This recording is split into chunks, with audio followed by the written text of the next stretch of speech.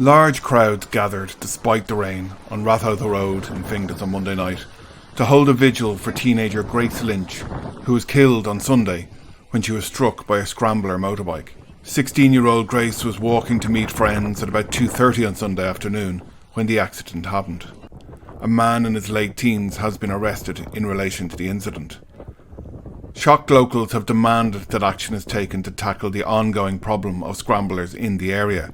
Local TD Desi Ellis called on Gardaí to use drones and a specialised unit to tackle the problem that he claims has been going on for years. We've had loads of incidents where people have been hit by scramblers and it still hasn't changed the situation, but we really need to move on this.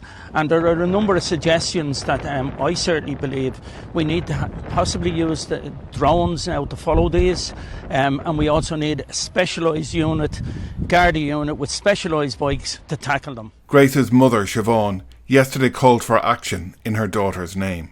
Watching my baby take her last breath was the most heartbreaking thing any parent should watch. We want justice for our Grace. She didn't need to die. She was crossing the road.